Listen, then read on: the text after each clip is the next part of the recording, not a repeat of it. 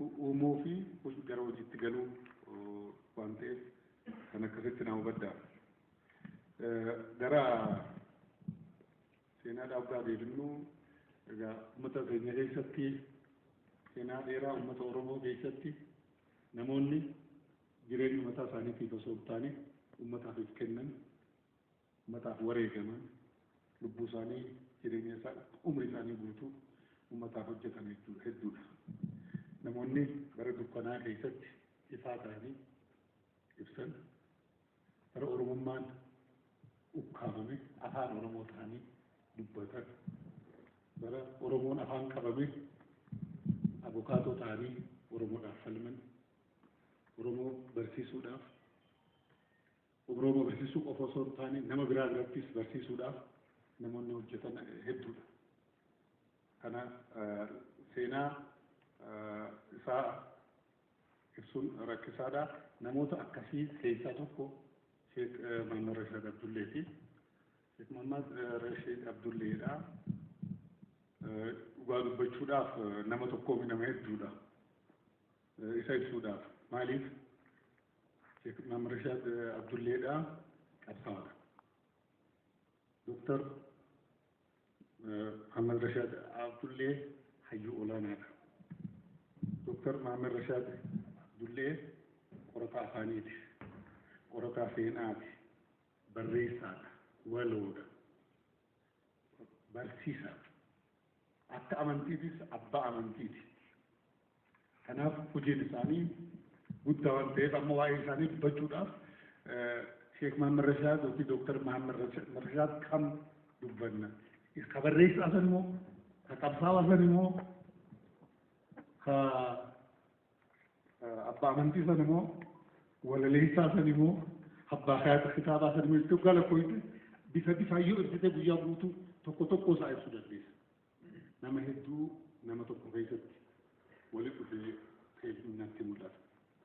Kanaaf hojii isaanii guddaa ibsuudhaaf amma hayyoo waan ta'iniif itti deebinaa yeroo biraa jennee jirra.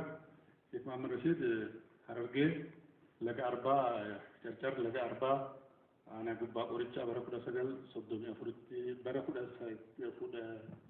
1934 akka lakkoofsa Awurooppaatti dhalatanii bara 2006 akka Itoophiyaatti yookiin akka Faranjiitti bara 2013 akka Awurooppaatti nama boqotanii waggaa 4 gaarii jiran egaa addunyaa kanarraa deeman. Ijoollummaadhaan biyyaa ba'an.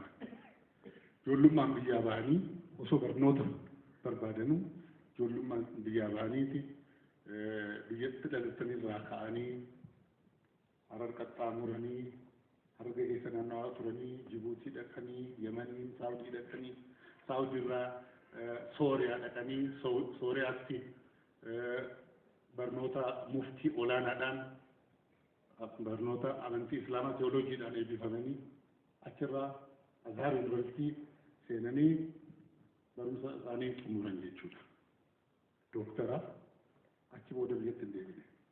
Umriin isaanii ijoollummaatti biyyaa ba'an. Namni kun akkamitti Oromummaa kana horatee hojii isaa ilaaltan Oromummaa kana aadaa Oromoo, seenaa Oromoodhaa, afaan Oromoo irratti hojii kana hojjechuudhaaf uummata keessan turre, Oromoo keessan turre, ijoollummaatti ba'an. Ijoollummaa ba'anii akkamitti umrii isaanii guutuu kaayyoo kanaaf dhaabbatan wani hedduu nama ajaa'ibsiisa. Hojii Oromoof hojjechuu ka jalqaban Kaayirootti. Kaayiroo keessa waldaa barattoota Oromoo Harar jedhamu ture. Waldaa isaan keessatti barreessaa turan. Waldaan kun waldaa akka lakkoofsa Awurooppaa bara 1957 afaan Oromoo yeroo jalqabaatiif tamsaase Kaayiroo keessa. Haile Sillaaseen itti duulee mootummaa sana dhiibbaa godhee ji'a hojjetee reediyoon sun dhaabbate. Isaan osoo reediyoon sun eega dhaabbate booda dhaqan qabsoo san keessa seenan. Yuunivarsiitii hoggaa fixan gara Somaaliyaadhaatti imalan biyyatti hin deebine. Somaaliyaa hoggaa dhaqan sabboonummaa Oromoodhaa achitti horatan san qabatanii Oromoota baqattoota biyya Somaalee jiran walitti makamanii qabsoo Oromoodhaa jalqaban. Sabboonummaa Oromoo guddisuudhaaf, Oromummaa beeksisuudhaaf, nama keenya ol barsiisuudhaaf miidiyaan murteessaadha yaada jedhu qabatanii reediyoon hundeessamuu akka qabu yaadanii reediyoo hundeessan. Reediyoo afaan Oromoodhaatiin bara 1964 akka Awurooppaatti akka keenyatti bara 1957 jechuudha reediyoo afaan Oromoodhaa jalqabanii reediyoo kana keessatti gaazexeessaa ta'anii hoogganaa reediyoo kana sagantaa afaan Oromoodhaa ta'anii namoota akka Ayyuub Abubakar qabsaa'ota Oromoo ciccimoodhaatu ture kana daddabalatanii hojjetan. Achitti yeroo hojjetan kana qofaan hin dhaabbanne qubee afaan Oromoodhaa irratti fayyadamnu kana bifa ammaa kana qubee kana yeroo biraatti deebinu diiteeyil isiniif hin ibsa. Qubeen durii qubee laatiniin barreeffamni barreeffamaa ture. Bara 1840 jalqabee irratti barreeffamaa ture. Mishiinaroonni Awurooppaa dhufan itti fayyadamaa ture. Garuu akkaataan itti barreeffamaa ture akka ammaa kanaan ture. Cimaa laafaa dheeraa ibsuudhaaf akkuma tasaa baasanitti rakkisaadha ture. Akka masaa baasanitti barreeffama rakkina qabaachaa isaan kana sirreessaniiti qubee har'aan sana hojjennu kana hojjetan jechuudha. Qubeessan. Qubeessuu qofa osoo hin taane fuula afaan Oromoo jedhanii kitaaba baasan. Kitaaba qubeen afaan Oromoodhaa itti hojjetan. Kitaaba kana waggaa baasan amma waan nama ajaa'ibsiisa. Kitaabni kun koofii 25 bahe. Fuula afaan Oromoo jedhanii. Waggaa bahuu rakkoo guddaatu uuma. Mootummaan Somaaleedhaa Itoophiyaa kana Oromoo akka namaatti hin lakkooftu ture. Jechuun Oromoon Oromoo abboodha. Dachiin Oromoo keessa jirtu hamma cunqursaa nafxanyaati achi nu qaadamtee turte. Maal jechuudha? Isin Sumaalee afaan Oromoo dubbatu Sumaalee afaan Oromoo dubbatu Sumaalee aboolchu yaada jedhu tarkaanfachiisaa turan. Baalee, Harargee, Arsii hamma Booranaatti kana ni dhuunfannaa lafa keenyaa yaada jedhu qabaachaa turan. Kitaabni kun waggaa siyaasaan kun futtee ba'e. Maqaa Oromoo kanaan akkam ba'e. Sheekni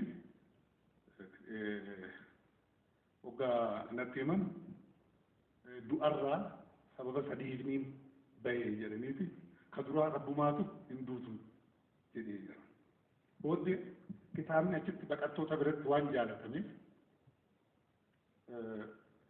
deebisanii maxxansuu waggaa yaalan afaan Oromootiin akka hin taane beekanii amma mana maxxansaa rogeessan dhowwaman. Maal haa ta'u afaan fuula afaan Somaalee abbooyyee fi barreessi jedhee hin ta'uun fudhadhu jedhe. Akkas taanaan kana malee kitaabni kun bahuu hin ta'u jennaan fuula afaan aboo Somaalee irraa dhiisaniiti aboo jedhan. Yeroo sanitti jedhan afaan seexaanaallee yoo jedhan afaan seexaanaatiin barreessillee yoo naan jedhan nin barreessaan ture. Maaliif kabariisaatu malee keessisaa afaan Oromoo ibsaa ummatuma biraa gahu. Kanaaf yeroo lammisaa akkasitti baasee jedhan. Kanaaf inni sun hayyoonni Oromoodhaa qabsaa'onni Oromoodhaa yeroo san biqilaa turan fudhatanii kun gara bosonaa deemee kun gara adda addaa deemee biyya alaa deemee biyya kanaas keessa seenee har'aan sana qubeessan itti fayyadamaa jira. Nama keenyaaf nama galata guddaa hojjetan jechuudha. Kan biraa reediyoo kana yeroo hojjetan yeroo gaafatan afaan Oromootiin ummata kiyyaatiin hojjedhaa ummanni koo cunqursaa jala jira ogummaa hamaa keessa jira kanaaf reediyoo barbaada yeroo jedhan akka siyaasaatiin ijaaramne maal hin taane akkamitti si gargaaraa jedhanii alaabaa qopheessaniiti alaabaa san